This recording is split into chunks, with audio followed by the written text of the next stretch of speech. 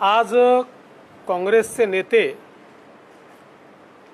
श्री राहुल गांधी यांची ईडीमध्ये चौकशी झाली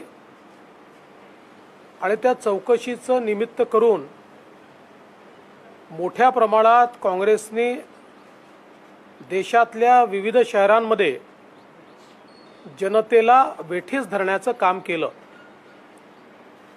खरं म्हणजे ही चौकशी जी या ठिकाणी झाली ती माननीय न्यायालयाच्या निर्णयानंतर झालेली आहे। एजेएलच्या संदर्भात असोसिएटेड जर्नल लिमिटेड ही जी कंपनी आहे ही कंपनी 1930 साली स्वातंत्र्य संग्राम सैनिकांनी मिळून तयार केली होती। स्वातंत्र्य संग्रामाचं एक मुखपत्र असलं पाहिजे याकरता 5000 स्वतंत्र संग्राम सैनिक या कंपनीचे मालक होते किंवा शेअर होल्डर होते। त्यांच्याद्वारे ती कंपनी संचालित होत होती। 2010 साली श्रीमान राहुल गांधी आणि त्यांच्या परिवाराने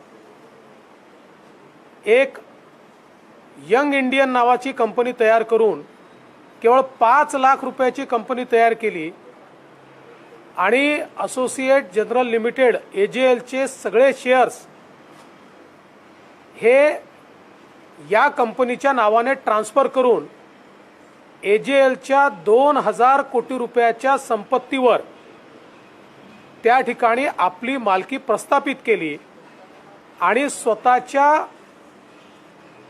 कुटुंबियांच्या मालकीच्या कंपनीत स्वातंत्र्य संग्राम सैनिकांची कंपनी आणि त्याची 2000 कोटी रुपयाची प्रॉपर्टी ही पूर्णपणे हडप केली। या संदर्भात कोर्टामध्ये ज्यावेळेस मॅटर गेलं त्यावेळी कोर्टाने अतिशय स्पष्टपणे 2019ला दिल्ली हायकोर्टाने या ठिकाणी सांगितलं की हा सरळ भ्रष्टाचार आहे। The entire transaction of transferring the shares of AGL to Young India was nothing but a clandestine and surreptitious transfer of the lucrative interest to Young India. पूर्णपणे हा भ्रष्टाचार असल्याचं दिल्लीच्या माननीय उच्च न्यायालयाने सांगितल्यानंतरच ईडीने या संदर्भातली कारवाई सुरू केली आणि त्या कारवाईच्या अंतर्गत हे सगळे पुरावे मिळाल्यानंतरच अशा प्रकारची चौकशी ही सुरू करण्यात आली आहे। आणि म्हणून मला असं वाटतं या संदर्भात जे काही वातावरण तयार करण्याचा प्रयत्न, विक्टिम कार्ड खेळण्याचा प्रयत्न हा काँग्रेसच्या वतीनं केला जातोय हा चुकीचा आहे। 5000 स्वातंत्र्य संग्राम सैनिकांची 2000 कोटी रुपयाची संपत्ती ही हडपल्याच्या प्रकरणी ही चौकशी आहे आणि मला असं वाटतं एजेएल ही राष्ट्रीय संपत्ती आहे आणि ती जर कोणी प्रायव्हेट संपत्ती करत असेल तर त्या संदर्भात अशी कारवाई होणं हे अत्यंत स्वाभाविक आहे। मला असं वाटतं की काँग्रेस पक्षानं याचा बाऊ करण्याच्या ऐवजी ही जी काही या ठिकाणी चौकशी चालली आहे ही चौकशी फेस केली पाहिजे। Associated general limited AJL company के मामले में आज राहुल गांधी कांग्रेस के नेता इन्हें ईडी ने बुलाया था और इस बात के ऊपर पूरे देश में कांग्रेस ने हंगामा खड़ा करके ये प्रयास किया कि मानो उनको विक्टिमाइज किया जा रहा है, किंतु एजेएल ये कंपनी 1930 में तैयार हुई थी। भारतीय स्वातंत्र्य संग्राम को एक न्यूज़पेपर, एक मुखपत्र चाहिए। इस दृष्टि से स्वतंत्र संग्राम सेनानियों ने एजेएल की स्थापना की थी। 5000 स्वतंत्र संग्राम सेनानी एजेएल के शेयर होल्डर्स थे, उन्हीं की मालकियत एजेएल के ऊपर थी। 2010 में श्रीमान राहुल गांधी जी, इनके परिवार ने यंग इंडिया नामक एक कंपनी तैयार की और पूरे एजेएल के शेयर्स और उसकी 2000 करोड़ रुपए की संपत्ति ये यंग इंडिया इस कंपनी को हैंडओवर कर दी गई, उसमें ट्रांसफर कर दी गई। मात्र 5 लाख रुपए खर्चा करके यंग इंडिया कंपनी शुरू की गई थी और स्वतंत्र संग्राम सेनानियों के मालकियत की एजेएल को और 2000 करोड़ की उसकी संपत्ति को उन्होंने हथिया लिया। इसके ऊपर जब कोर्ट में सुनवाई हुई तो दिल्ली हाई कोर्ट ने इसमें निर्णय देते समय कहा कि एजेएल और यंग इंडियन के बीच जो शेयर ट्रांसफर हुआ है वो भ्रष्टाचार से प्रेरित है और उनकी टिप्पणी थी, the entire transaction of transferring the shares of AJL to Young India was nothing but a clandestine and surreptitious transfer of the lucrative interest of young India। सीधे सीधे इसको भ्रष्टाचार से प्रेरित ये हाई कोर्ट ने बताने के बाद ईडी ने इसमें कार्रवाई शुरू की।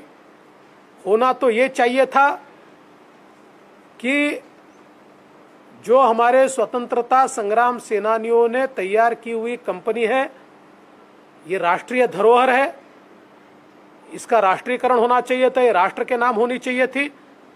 लेकिन उसके 2000 करोड़ की संपत्ति पर आंख रख के उसको जिस प्रकार से राहुल गांधी और उनके परिवार ने हथियाया, मैं ऐसा मानता हूं कि एक प्रकार से बहुत बड़ी लूट है और इसी के कारण इस प्रकार से उनको बुलाया गया है।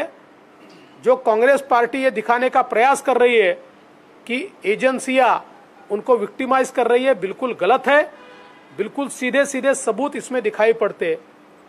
एक और बात, दिल्ली में एक पोस्टर दिखने को मिला जिस पर वो कहते मैं राहुल गांधी हूं, मैं सावरकर नहीं हूं, मैं माफी नहीं मांगूंगा।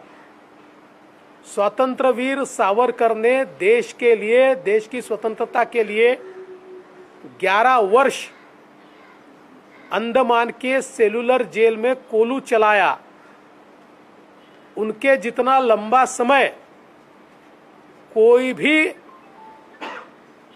स्वतंत्र संग्राम सेनानी काले पानी के लिए जेल में नहीं रहा और ऐसे सावरकर को अपमानित करते हुए और स्वतंत्र संग्राम सेनानियों की कंपनी को हड़प कर 2000 करोड़ का भ्रष्टाचार करने वाले, ये मैं तो ऐसा मांगता हूं कि सावरकर जी का अपमान करने के लिए देश की माफी मांगे। क्या जिस तरीके से मुंबई के भीतर तमाम हजारों की संख्या में कांग्रेसी उतरे और उन्होंने कहा कि एजेंसियों का इस्तेमाल चुनाव से लेकर के जो इनके विपक्ष की बात करता है, जो इनको रोकता है, उन सब के ऊपर किया जा रहा है। मैंने बहुत साफ शब्दों में अभी बताया कि एजेएल की 2000 करोड़ की संपत्ति, स्वतंत्र संग्राम सेनानियों की संपत्ति, अपनी 5 लाख रुपए की कंपनी खोलकर हड़पने का काम राहुल गांधी जी और उनके परिवार ने किया। यह स्पष्ट रूप से जब हाई कोर्ट में एस्टेब्लिश हुआ उसके बाद एजेंसियां काम कर रही है। इस देश में आम आदमी के लिए एक न्याय और गांधी परिवार के लिए दूसरा न्याय नहीं हो सकता। कोई भी भ्रष्टाचार करता है तो उसके ऊपर कार्रवाई होगी, एजेंसियां करेगी। कांग्रेस जितना विक्टिम कार्ड खेले, ये कार्रवाई हाई कोर्ट के निर्णय के बाद हो रही है और पुख्ता सबूतों के साथ हो रही है। सर, विधान परिषदेची अकरा उमेदवार कंपनी आहे बँड्रामध्ये, त्यासाठी जेव्हा तुम्ही मुख्यमंत्री होता, तुम्ही बॅनर्जी कमिटी जी होती ती स्थापित केली होती आणि चौकशी केली होती, मात्र ती पूर्ण झाली नाही। तर आता ह्याच्यापुढे देखील त्याचा एजेएलचे जेवढे ॲसेट्स आहेत ते सगळे याच्यात आता इन्क्लुडेड आहेत. सर, विधान परिषद निवडणुकीला 10 जागेसाठी 11 उमेदवार रिंगणात आहेत. काय प्रतिक्रिया द्याल? राज्यसभा तुम्ही असं आहे की आमची अपेक्षा अशी होती की सत्तारूढ पक्षाने ही निवडणूक बिनविरोध करावी. सत्तारूढ पक्षातही काही लोकांनी हा प्रयत्न केला, परंतु ती बिनविरोध होऊ शकली नाही. आम्ही 5 जागा या ठिकाणी लढवतोय. मी काल परवाही सांगितलं की सत्तारूढ पक्षामध्ये खूप मोठा अनरेस्ट आहे आणि त्या अनरेस्टला कुठेतरी जागा हवी आहे, म्हणून आम्ही 5वी जागा लढवतो. 5वी जागा लढवत असताना त्याचे काही आराखडे आम्ही तयार केले आहेत. हे खरं आहे की हे सोपं नाही आहे, पण मला विश्वास आहे की आम्ही 5वी जागा निश्चितपणे निवडून आणू. सर, 17 नेमकं तुमचं तिथून महाविकास आघाडीच्या काही नेत्यांनी तुमच्याशी बातचीत केली होती का? त्या संदर्भात बिनविरोध व्हावी अशी त्यांची मत नाही. काँग्रेसने माघार नाही घेतली. सत्तारूढ गटांकडनं माझ्याशी चर्चा झाली होती. त्यांनी असा प्रयत्न केला की काँग्रेसने आपला एक उमेदवार परत घ्यावा, परंतु काँग्रेसने तो उमेदवार परत घ्यायला नकार दिल्यामुळे ही निवडणूक या ठिकाणी होती. काँग्रेसने उमेदवार पाठीमागे न घेण्यामागे गणित असं म्हटलं जातं की तिथे सुद्धा मोठ्या प्रमाणामध्ये अंडरस्टेट एनसीपी आणि शिवसेना त्यांना वारंवार सांगू पाहत होते की उमेदवारी पाठीमागे घेऊन बिनविरोध करा. यातनं त्यांच्यातले गणितही उभे होत आहेत का काँग्रेसमध्ये? अनरेस्ट आहेच आणि आता समन्वयाचा देखील अभाव आहे. आता निवडणुका तर होणार आहेत. आता या निवडणुकीमध्ये हा अनरेस्ट कसा आहे, किती आहे, हे आपल्या सगळ्यांना पाहायला मिळेल. संजय राऊत यांनी आरोप केला होता की संजय राऊत यांनी आरोप केला होता की ईडी त्यांना काही तत्वावर भाडे तत्वावर द्या, ते देखील तुमचं मत स्वतः शिवसेनेला देतील. हे दिसेल का परत? असं आहे की असले जोकर सारखे स्टेटमेंट, मी त्यांना जोकर म्हणत नाही आहे, पण जोकर सारखे स्टेटमेंट ते रोजच करत असतात. त्याच्यामुळे त्याच्यावर काय उत्तर द्यायचं? राज्यसभेप्रमाणे विधान परिषदेतही चमत्कार दिसेल काय? बघा, मी चमत्कार वगैरे काही म्हणत नसतो. मी फार जास्त बोलतही नसतो. मला हा विश्वास आहे की आमचा 5वा उमेदवार निवडून येईल. होते मात्र त्यांनी आज नॉमिनेशन माघार घेतलेलं आहे. नेमकं काय कारण आहे त्यांना माघार घेतलं? असं आहे की आमच्याकडे आम्ही 6 लढवायचे की 5 लढवायचे या संदर्भातली चर्चा केली आणि सगळ्यांची चर्चा केल्यानंतर आमचे अध्यक्ष चंद्रकांतदादा पाटील यांनी सगळ्यांची चर्चा करून हा निष्कर्ष केला की आपण 5 लढवले पाहिजे, 6वी जागा लढवू नये. म्हणून आम्ही सदाभाऊ खोतांचा फॉर्म जो आहे तो परत घेतला आहे. तुमचं झालं असेल तर मला एक दुसरा विषय बोलायचा है. हिंदी में जानना चाहेंगे क्या हिंदी में क्या चीज़?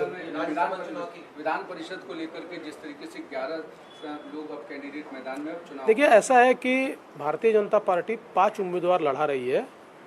5वें उम्मीदवार के लिए हमको अपेक्षा ये है कि आज जो सत्तारूढ़ पक्ष के एमएलएज में अनरेस्ट है, उस अनरेस्ट का हमको फ़ायदा होगा और बड़े पैमाने पर वोट्स हमको मिलेंगे और 5वीं सीट भी हमको हमारी चुनकर आएगी.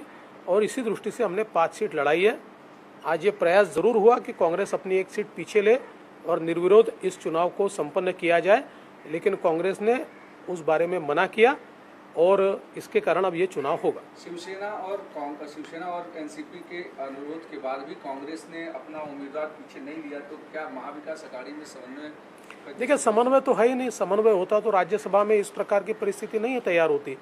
राज्यसभा में हमारे पास बहुत कम लोग थे और मतलब एक डेफिसिट था हमारे पास और ये खुला वोटिंग था.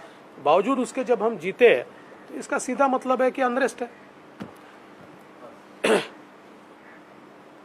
एक अत्यंत महत्त्वाचा विषय मला या ठिकाणी आज खरं म्हणजे महाराष्ट्रासमोर आणायचा आहे. ओबीसी राजकीय आरक्षणाच्या संदर्भात इम्पेरिकल डेटा तयार करण्याचं काम सुरू आहे. या डेटा तयार करण्याची जी काही पद्धत आता चाललेली आहे, ही पद्धत सदोष आहे आणि याचा ओबीसीवर खूप मोठा परिणाम होणार आहे. कारण आपल्याला माहिती आहे की अनेक आडनावं वेगवेगळ्या समाजामध्ये असतात आणि त्यामुळे ॲक्च्युली ॲसर्टन करावं लागतं की हा व्यक्ती कुठल्या समाजाचा आहे, सॅम्पलमध्ये ते एसरटन करावं लागतं. आत्ता ज्या प्रकारे हा सर्व्हे करणं चाललेलं आहे, यामध्ये ओबीसीची संख्या ही मोठ्या प्रमाणात घटलेली दिसेल अशा प्रकारचा हा सर्व्हे चाललेला आहे. जे काही माझ्याकडे आकडेवारी आलेली आहे, मी आज तुमच्यासमोर सादर करत नाही, ती योग्य वेळी मी सादर करेन आणि त्यातले फ्लॉज काय आहेत हे देखील मी त्यावेळी आपल्याला सांगेन. पण मी सरकारला आजच अतिशय स्पष्टपणे सांगतो, कारण सरकार नेहमी उशिरा जागं होतं आणि तोपर्यंत ओबीसींचं मोठं नुकसान झालेलं असतं. आजच सरकारला मी जागं करू इच्छितो की आपण जो एम्पिरिकल डेटा तयार करताय त्या डेटामध्ये अनेक जिल्ह्यांचे ओबीसीच्या लोकसंख्येचे आकडे हे चुकतायत. आपला सॅम्पल सर्व्हे देखील चुकतो आहे आणि त्यामुळे त्या त्या जिल्ह्यामध्ये ओबीसींची असलेली संख्या यापेक्षा खूप कमी संख्या ही आपल्या सर्व्हेमध्ये दाखवण्यात येणार आहे. आणि तसं जर झालं तर त्या त्या जिल्ह्यांमध्ये अनरेस्ट उभा राहील आणि केवळ या एवढ्यापुरतंच नाही तर ओबीसीचं मोठ्या प्रमाणात दुसऱ्याही आरक्षणात त्याचं नुकसान होऊ शकतं. म्हणून सरकारने आजच जागं होऊन त्याच्याकडे लक्ष दिलं पाहिजे. मी मध्य प्रदेशच्या मुख्यमंत्र्यांची जेव्हा चर्चा केली होती त्यावेळेस एकेका जिल्ह्याचा सर्व्हे हा त्यांनी स्वतः त्या ठिकाणी त्याचं तो क्वालिफाय आहे की नाही, तो योग्य आहे की नाही हा समजून घेतला होता, त्यातल्या अडचणी दूर केल्या होत्या आणि म्हणून त्या ठिकाणी तो सर्व्हे योग्य प्रकारे होऊ शकला. इथे मात्र सरकारतर्फे कोणी लक्ष देत आहे असं दिसत नाही आहे. मग एकदा हे इम्पिरिकल डेटा जर जमा झाला आणि तो कोर्टापुढे मांडला गेला तर त्याच्यातनं सरकारला परत येता येणार नाही आणि ओबीसी समाजाचं आतोनात नुकसान या अशा प्रकारच्या फॉल्टी डेटामुळे तयार होईल. म्हणून सरकारने तात्काळ या संदर्भात कारवाई करावी. ही कारवाई जर लवकर सरकारने केली नाही तर जी काही माहिती माझ्याकडे आहे ती माहिती घेऊन मला आणि भारतीय जनता पक्षाला या सरकारच्या विरोधात मैदानात उतरावं लागेल. सर, सरकारमध्ये छगन भुजबळ असतील, विजय वडेट्टीवार असतील, सर्व नेते बोलत आहेत की ओबीसीच्या डेटा कलेक्शनचं काम सुरू आहे, पारदर्शी कारभार सुरू आहे. त्यांचा वचक नाही का? सरकार फक्त म्हणतात आणि लक्ष देत नाही अशी परिस्थिती आहे. नाही बघा, मी राजकारण दूर ठेवतो आणि छगन भुजबळ साहेब जे आहेत हे सातत्याने या संदर्भात प्रयत्न करतायत, याबद्दल मला शंका नाही आहे. माझा त्यांच्या हेतूवर बिलकुल कुठेही अविश्वास नाही आहे. पण सरकारमध्ये या मंत्र्यांची एक क्षमता आहे, त्या क्षमतेच्या पलीकडे हे मंत्री करू शकत नाहीत. कारण हे जरी मंत्री असले तरी ॲक्च्युअल डेटा कलेक्शन आणि त्या संदर्भातलं मॉनिटरिंग करण्याचा कुठलाही अधिकार त्यांना नाही आहे. त्यामुळे एक तर त्यांनी मुख्यमंत्र्यांकडे जाऊन हे सांगितलं पाहिजे, ही माहिती घेतली पाहिजे आणि मुख्यमंत्र्यांना सांगितलं पाहिजे चुकीचं होतं आणि मुख्यमंत्र्यांनी हस्तक्षेप केला पाहिजे त्याच्यामध्ये. अन्यथा या ठिकाणी हे मंत्रीही काही करू शकणार नाहीत आणि अशा प्रकारचा चुकीचा इम्पिरिकल डेटा हा सर्वोच्च न्यायालयाला सादर होऊन ओबीसीच्या पर्सेंटेजमध्ये मोठा घट होईल. ओबीसी के चुनाव को लेकर कई जिलों में जानबूझ के उनका कोटा या उनकी संख्या कम बताई जा रही है, इसको कैसे आप? देखिए, महाराष्ट्र में ओबीसी के राजनीतिक आरक्षण के बारे में इम्पेरिकल सर्वे चल रहा है. इम्पेरिकल डेटा कलेक्शन में बड़े पैमाने पर गलतियां हो रही है, इसकी खबर मेरे पास है. इम्पेरिकल डेटा जो जमा किया गया है कई जिलों में ओबीसी की जो जनसंख्या है उससे बहुत कम ओबीसी की जनसंख्या को दिखाया जा रहा है.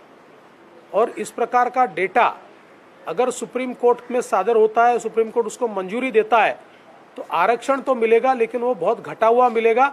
और इसका परिणाम ये केवल इस आरक्षण पे नहीं होगा, इसके बाद सुप्रीम कोर्ट में आरक्षण पर जो अलग अलग याचिकाएं चल रही है उसमें भी ओबीसी का परसेंटेज जैसे ही बड़े पैमाने पर कम हुआ दिखेगा तो उस पर भी गाज आने की संभावना है. इसलिए मैं सरकार को चेतावनी देना चाहता हूं, सरकार जागे, ठीक से सर्वे करे, ठीक से डेटा जमा करे और किसी भी हाल में ओबीसी पर अन्याय न हो इस बारे में सरकार ध्यान दे, ऐसी मेरी मांग है. सर, पंकजा मुंडे कुठेच या प्रक्रियेमध्ये दिसत नाहीये, त्या नाराज आहेत का? त्यांचं तुमच्याशी काही बोलणं झालंय का? असं आहे की पंकजाताई भारतीय जनता पक्षाच्या मोठ्या नेत्या आहेत. पंकजाताई यांच्याकडे मध्य प्रदेशचा चार्ज आहे त्या सातत्याने मध्य प्रदेशला जात असतात. तिथलं आता इलेक्शन देखील आहे, तिथला प्रभार त्या सांभाळत आहेत आणि आम्ही सगळेच एकमेकाच्या संपर्कात असतो. तुम्ही काळजी करू नका.